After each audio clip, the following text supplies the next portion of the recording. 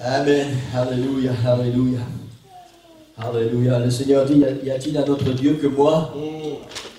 Je n'en connais pas. Amen. Amen. Peu de temps avant, le roi David s'exclamait aussi de la même façon. Il disait, y a-t-il un autre Dieu que toi, Éternel? Y a-t-il quelqu'un d'autre aussi grand que toi sur toute la terre? Jamais nos oreilles n'en ont entendu parler. Il n'y a personne d'autre que toi. Personne, un Dieu aussi grand que toi qui soit descendu et qui ait pris soin de son peuple. C'est ce que le roi David disait. Il dit, on n'en a jamais entendu parler. Il n'y a pas d'autre Dieu que toi sur la terre. Amen. Gloire au Seigneur. Alléluia. Je suis tellement heureux et fier d'adorer ce Dieu, de connaître ce Dieu, de pouvoir venir dans sa présence et de sentir sa présence, qu'il puisse me bénir, qu'il puisse changer nos vies, nous transformer, nous guérir, nous bénir, vraiment faire son œuvre dans nos vies. C'est tellement exaltant de savoir qu'il n'y a qu'un seul Dieu et nous appartenons à ce Dieu. Il a donné sa vie pour nous, pour que nous puissions faire partie de la famille, et qu'il puisse vivre à l'intérieur de chacun de nous. Et c'est tellement exaltant, c'est plus qu'exaltant, c'est excitant ça. Amen. Gloire au Seigneur. Alléluia. Gloire au nom du Seigneur. Amen. Ce matin, on va entrer dans la deuxième partie, le chapitre 2 en fait, sur l'étude biblique, la prière d'intercession. Amen. Gloire au Seigneur. Alléluia. On va, à partir de maintenant, il va falloir vous accrocher, parce que ce n'est plus du lait, c'est plus des bonbons, on commence à avoir une nourriture solide. Amen. Voilà, donc si je vais trop vite, dites-le moi, et on revient un peu en arrière. Sinon, ça va être compliqué de suivre. Amen, on est d'accord avec ça?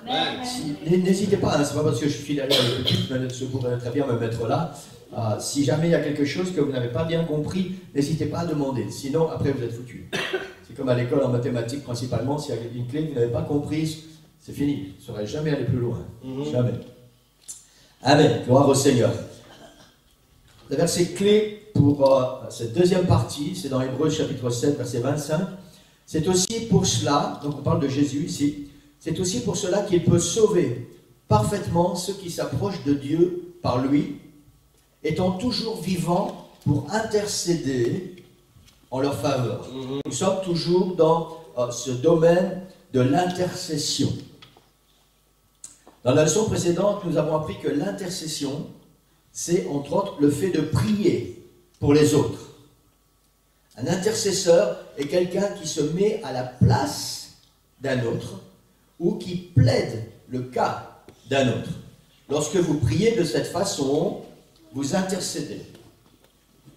L'intercession peut être définie. C'est bien que vous puissiez lire cette diapo, comme ça va imprégner votre esprit. L'intercession peut être définie comme la prière sainte, croyante, persévérante, par laquelle quelqu'un plaide auprès de Dieu pour le compte d'un autre ou d'autres personnes qui ont désespérément besoin de l'intervention de Dieu. Amen. Et c'est sur ce type de prière que va porter tout le reste de cette étude. Le fondement biblique, c'est ce qu'on va voir, on va commencer à voir ce matin, le fondement biblique de l'intercession. Et c'est là où il faut vous accrocher. Le fondement biblique pour le ministère de prière d'intercession du croyant est notre vocation en tant que prêtre auprès de Dieu. Et je vais expliquer cela. La parole de Dieu déclare que nous sommes un saint sacerdoce. L'Église, chaque croyant. Et c'est important que nous puissions bien comprendre quelque chose ce matin. Les domaines particuliers, et en particulier celui que nous allons étudier, l'intercession, ne devrait pas être un domaine réservé à une élite ou à quelques-uns qui vont dire, voilà, ça va être mon ministère. À partir du moment où nous sommes devenus, où nous devenons enfants de Dieu, nous entrons dans la famille de Dieu à cause de notre salut, à cause de la grâce qui nous est accordée et à cause de notre nouvelle naissance. Nous sommes devenus des prêtres. La prêtrise biblique n'est pas réservé à une élite. Après, il y a dans les ministères des pasteurs, des docteurs, des enseignants et tout ce dont la Bible parle. Mais le ministère d'intercession devrait être un ministère qui appartient à chaque enfant de Dieu. Ça veut dire qu'il appartient à chaque chrétien de pouvoir s'élever spirituellement à un niveau tel qu'il devient un intercesseur, un prêtre. Dans l'Ancien Testament, on va voir ça juste un petit peu après. Dans l'Ancien Testament, la prêtrise appartenait en particulier à la tribu de Lévi. Cette tribu avait été choisie par Dieu pour accomplir le ministère dans le tabernacle et plus tard dans le temple. Cette tribu était spécifique.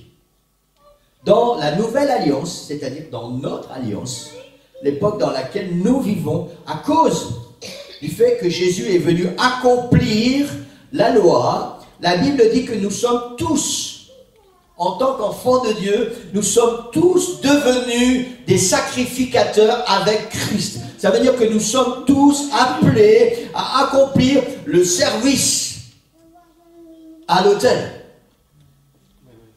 Amen. La parole de Dieu déclare que nous sommes un saint sacerdoce royal, c'est-à-dire ceux qui accomplissent le ministère, et un royaume de prêtres. Waouh! Maintenant, nous ne parlons pas des prêtres de l'Église catholique. Prêtres, d'après ce que la Bible parle, c'est ceux qui accomplissent le ministère de la prêtrise, ceux qui servent. Ceux qui servent. Et tout enfant de Dieu doit, à un certain moment de sa vie, arriver à cette étape, à ce cap. Il devient prêtre. Il devient serviteur. Il devient intercesseur. Ça veut dire qu'il y a un moment dans notre vie où il faut arrêter le lait et il faut commencer à manger une nourriture solide, spirituelle, pour devenir des adultes spirituels afin d'accomplir ce pourquoi nous sommes destinés à devenir des prêtres, des sacrificateurs pour Dieu. Amen. Oui. Alléluia. Trop souvent, on entend parler dans nos églises, ou on n'entend pas parler de ce ministère qui appartient à l'Église, pas à certaines personnes dans l'Église. Ce ministère appartient à l'Église, c'est-à-dire à chacun de nous. Amen. Amen. Trop souvent, nous avons pris l'habitude d'attendre que d'autres fassent le travail à notre place. Nous avons pris l'habitude que d'autres vont servir dans l'église pendant que moi, je prends du bon temps. Je me fais servir.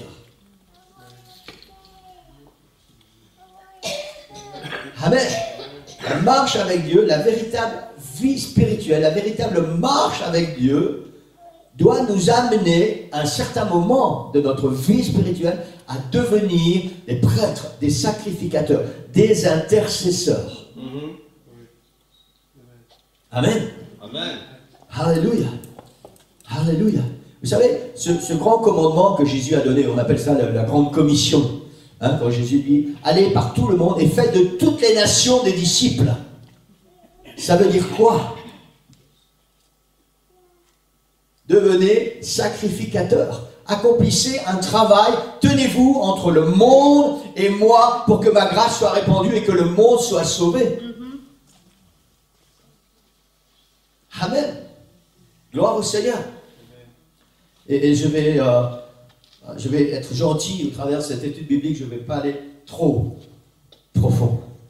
Parce que je pense qu'il y a une nourriture que trop d'entre nous ne serions pas encore capables, notamment pour les jeunes convertis, parce qu'il faut tout un contexte derrière, il faut connaître beaucoup de choses. Donc on va pas rester superficiel, mais on ne va pas aller trop profond. Juste ce dont nous avons besoin. Le contexte pour comprendre cet appel à l'intercession sacerdotale se trouve dans l'exemple du sacerdoce des Lévites dans l'Ancien Testament. La responsabilité du prêtre était de se tenir devant Dieu, écoutez bien la différence, devant Dieu et entre Dieu, qui est un Dieu juste et saint, et l'homme pécheur. Une double fonction.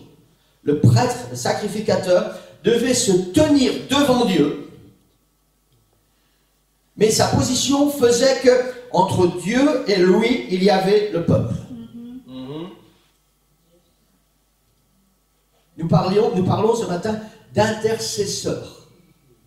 C'est la fonction à laquelle nous sommes appelés en tant qu'enfants de Dieu. Nous tenir devant Dieu et nous tenir entre Dieu et la personne pour qui nous allons intercéder. Yes. Il se tenait donc, le sacrificateur, le Lévite se tenait devant Dieu pour le servir avec des sacrifices et des offrandes. Il se tenait aussi entre un Dieu juste et l'homme pécheur, les réunissant à travers le sacrifice du sang. Le sacrificateur amenait dans la présence de Dieu du sang, et ce sang allait couvrir le péché. Il faisait un travail d'intercesseur et de communicateur. Il fallait, pour que ce peuple soit sanctifié, pour que ce peuple soit épargné à cause du péché, il fallait une expiation par le sang. Et pour que cette expiation arrive devant le trône de Dieu, il fallait que ce sacrificateur ou ce lévite l'apporte.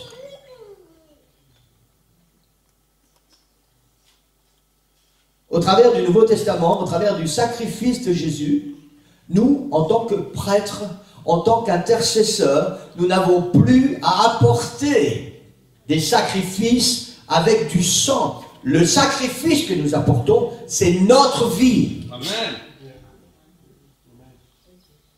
C'est notre vie. Et si notre vie n'est pas sanctifiée, nous ne pouvons pas être un prêtre. Nous ne pouvons pas accomplir ce travail d'intercesseur. Amen. Alléluia. Alléluia. Vous savez, le Seigneur a des choses tellement extraordinaires réservées à son Église. Amen. Je pense que nous ne connaissons pas un millième de toutes ces choses extraordinaires que le Seigneur a en réserve pour l'Église, pour que nous soyons non seulement nous bénis, mais une bénédiction pour les autres.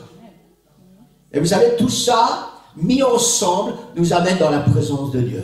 Et là où il y a la présence de Dieu, c'est quelque chose d'extraordinaire. C'est ce que Isaïe a vu. Il a vu le Seigneur assis sur son trône, avec les pans de sa robe qui remplissaient le temple, et la gloire du Seigneur qui resplendissait. C'est ce qui s'est passé quand ils ont construit le temple, et qu'ils ont fait la dédicace avec le roi Salomon. Ils ne pouvaient pas rester tellement il y avait la gloire du Seigneur. Ça, c'est tout ce que le Seigneur a en réserve pour nous. Il faut simplement que nous puissions connaître ça, et après, il faut que nous puissions le désirer avec tout notre cœur.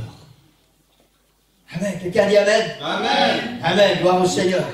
Hébreux chapitre 7, vous pouvez lire ça à la maison si vous voulez. Versets 11 à 19 explique la différence entre le ministère des prêtres dans l'Ancien Testament et le Nouveau Testament. Nous sommes devenus prêtres avec Dieu. Le sacerdoce des Lévites. Dans l'Ancien Testament, je rappelle que les Lévites, c'est une des tribus d'Israël qui a été choisie. L'Ancien Testament pour accomplir le service. Le sacerdoce des Lévites dans l'Ancien Testament était transmis de génération en génération aux descendants de la tribu de Lévi. Le sacerdoce de Melchisédek, dont il est question dans le passage d'Hébreux, est le nouvel ordre des prêtres spirituels dont le Seigneur Jésus est le souverain sacrificateur. Jésus a pris la relève sur la tribu de Lévi. Il est devenu, Louis, notre souverain sacrificateur. Ce sacerdoce nous est transmis à travers le sang de Jésus et notre naissance spirituelle en tant que nouvelle créature en Christ. Donc il y a cette tribu de Lévi qui a été choisie pour accomplir le service. Jésus est venu prendre sur lui ce service. Il est devenu le souverain sacrificateur. Et au travers de son sang qui a coulé sur la croix et qui fait que nous sommes devenus son enfant, alors ce ministère, ce sacerdoce nous est transmis à nous. Waouh! C'est pas n'importe quoi, Église. La tribu de Lévi a été une tribu choisie.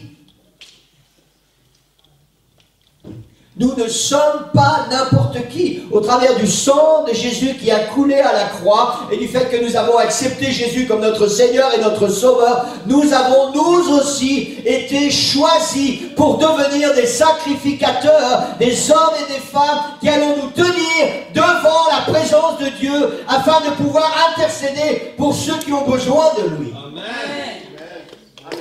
Wow. Amen. Alléluia, je suis sûr que maintenant quand vous allez lire votre Bible et vous allez lire ce mot sacrificateur, vous allez comprendre ce mot avec une connaissance tout à fait différente.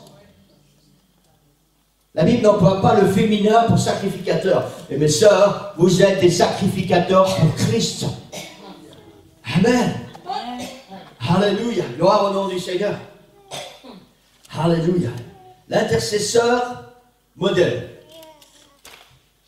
Jésus, dans son ministère terrestre, accomplit aussi cette parole prophétique d'intercesseur, citée dans l'Ancien Testament. C'est dans Ésaïe, chapitre 59, verset 16. Il voit qu'il n'y a pas un homme. Il s'étonne de ce que personne n'intercède. Alors, son bras lui vient en aide et sa justice lui sert d'appui. Cette prophétie du livre d'Ésaïe parle de Jésus-Christ. Le Seigneur cherche un intercesseur, un véritable intercesseur. Parce que vous savez, le travail des sacrificateurs, avec le temps, les sacrificateurs ont fait leur travail n'importe comment. Ils n'étaient plus devenus des intercesseurs vraiment pour le peuple d'Israël. Et le Seigneur, la Bible dit qu'il cherche un intercesseur. Il voit qu'il n'y a pas un homme. Il s'étonne de ce que personne n'intercède. La Bible dit, alors, son bras lui vient en aide. C'est une prophétie par rapport à la naissance de Jésus.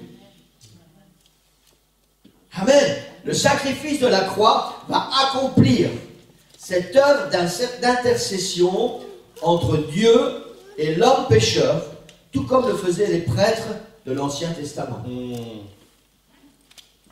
Ça va, tout le monde suit jusqu'à maintenant?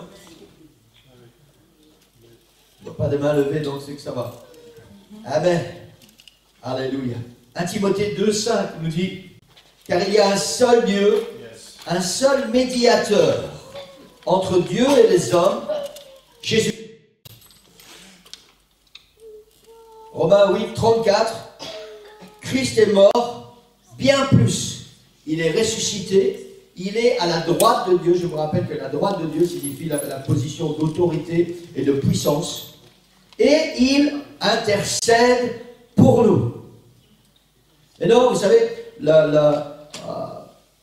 dogme trinitaire a interprété ce verset que Jésus est assis à côté de Dieu à la deuxième place du trône et il prie pour nous. Si nous avons compris qui est Dieu, on va commencer tout à l'heure dans la nouvelle série de prédications, si nous avons compris qui est Dieu, quand la Bible parle que Jésus est à la droite de Dieu, ça veut dire qu'au travers du sacrifice de Dieu manifesté en chair, il a obtenu la puissance et l'autorité. Et son ministère terrestre, la croix, le travail qui a été accompli à la croix, c'est ce travail qui intercède pour nous. Ça veut dire que chaque fois qu'un pécheur a besoin de la présence du Seigneur, le sang qui a été versé à la croix nous couvre et nous pouvons nous tenir dans la présence du Seigneur. Quelqu'un dit Amen? Amen. Hébreux chapitre 7, verset 25.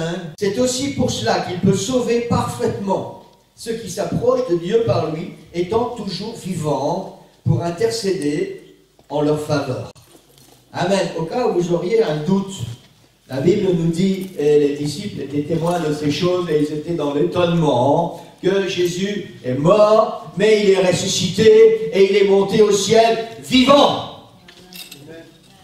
Amen. C'est ce que la Bible dit, étant toujours vivant pour intercéder en notre faveur.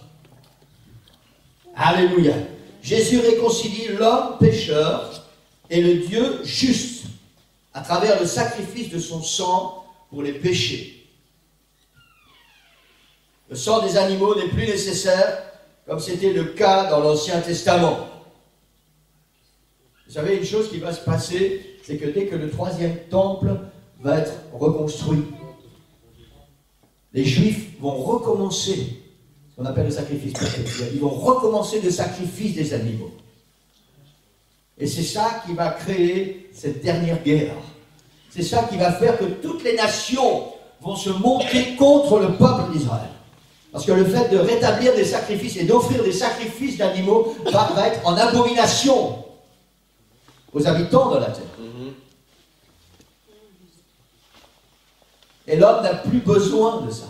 Jésus est le sacrifice parfait. Le sang de Jésus a coulé une fois pour toutes. Et c'est son sang qui nous couvre. Et c'est grâce à son sang que nous pouvons, nous, devenir des sacrificateurs et des intercesseurs. Amen. Amen. Amen. Nous pouvons à présent nous approcher de Dieu sur la base du sang de Jésus qui fut versé sur la croix du Calvaire pour la rémission des péchés. À cause du sang de Jésus, ou grâce au sang de Jésus, nous pouvons nous approcher de Dieu avec assurance, sans timidité. Hébreux chapitre 4, versets 14 à 16 dit « Puisque nous avons un grand souverain sacrificateur qui a traversé les cieux, Jésus, Fils de Dieu, demeurons fermes dans la foi que nous professons. Car nous n'avons pas un souverain sacrificateur qui ne puisse compatir à nos faiblesses. Au contraire, il a été tenté comme nous en toutes choses, et qui de loin pouvez vous préparer, sans commettre de péché. Approchons-nous donc avec assurance du trône de la grâce, afin d'obtenir miséricorde et de trouver grâce pour être secourus dans nos besoins. Ces versets sont d'une importance capitale pour nous, enfants de Dieu. Il nous est dit dans ces versets que Jésus a été le grand souverain sacrificateur par excellence. Par excellence. À cause de son sang qui a coulé à la croix, il a accompli ce travail de souverain sacrificateur, de réconciliation entre la divinité et l'humanité, entre Dieu et l'homme. Et le verset dit, approchons-nous donc avec assurance. Approchons-nous donc avec assurance, afin d'obtenir miséricorde et de trouver grâce. Ça veut dire qu'il n'est besoin d'autre chose. Il n'est pas besoin d'autre chose à part le sacrifice de Jésus. Tout ce dont l'homme avait besoin a été couvert, a été accompli, a été pourvu à la croix et à la résurrection de Jésus. Amen. Nous n'avons besoin de rien d'autre. C'est pour ça que la Bible dit, approchons-nous donc avec assurance du trône de la grâce afin d'obtenir miséricorde et de trouver grâce. Parce que le Seigneur a pourvu pleinement. Nous pouvons nous approcher du trône de la grâce avec assurance, en sachant qu'il n'y a aucun doute quant au fait que nous allons devenir, que nous pouvons devenir des intercesseurs, des sacrificateurs. Une des façons dont le diable travaille, c'est de mettre le doute dans notre esprit et d'utiliser des arguments tels que, par exemple, tu n'as pas une connaissance assez profonde de Dieu, tu n'as pas une connaissance assez profonde de la parole de Dieu, donc tu ne peux pas être un intercesseur. Tu ne peux pas devenir un sacrificateur pour Dieu. On va voir la semaine prochaine que pour se tenir devant Dieu, il faut d'abord être saint. Mais nous allons voir aussi qu'il n'est pas nécessaire de connaître toute la Bible par cœur. Il suffit juste d'avoir une attitude de sainteté et de nous présenter devant Dieu, entre Dieu et l'homme pécheur. C'est tout. Et ce travail, nous avons l'autorité et le pouvoir pour le faire à cause de la grâce du Seigneur. Et c'est à ça que le Seigneur nous appelle à devenir des sacrificateurs, des intercesseurs. Vous savez, ce mot intercesseur est en relation directe avec la sacrificature. Le sacrificateur faisait que le fait de s'approcher devant Dieu et de devenir l'intercession entre Dieu et les peuples en apportant ce sang, alors le péché du peuple était couvert. Et l'intercesseur fait la même chose. Il se présente devant Dieu en s'apportant soi-même comme sacrifice pour que le péché de la personne qu'il va mettre entre Dieu et lui, pour que le péché soit couvert afin que la grâce descende. C'est pas plus compliqué que ça. Amen. Mais nous devons arriver à cela. Et chacun de nous, chacune est appelé à devenir sacrificateur, intercesseur. Ça n'est pas un ministère réservé à une élite et j'insiste lourdement là-dessus. Chaque enfant de Dieu, réellement né de nouveau, si nous n'arrivons pas à devenir des intercesseurs, c'est parce que nous ne sommes pas réellement nés de nouveau. Je suis désolé, je ne peux pas vous dire autre chose. Si nous sommes réellement nés de nouveau, alors nous marchons avec Dieu, nous sommes sanctifiés par l'Esprit du Seigneur, par le sang de Jésus, et nous avons une vie spirituelle épanouie, et nous pouvons nous tenir, et nous devons nous tenir devant la présence du Seigneur en tant qu'intercesseurs. Si nous n'arrivons pas encore à ce domaine d'intercesseur, c'est parce que notre niveau spirituel est encore trop faible. Et nous sommes toujours concentrés sur nos besoins, sur notre état, et nous ne sommes pas encore capables de devenir des intercesseurs, des sacrificateurs. Alors il faut vraiment demander au Seigneur, Seigneur, je veux vraiment naître de nouveau et devenir un intercesseur.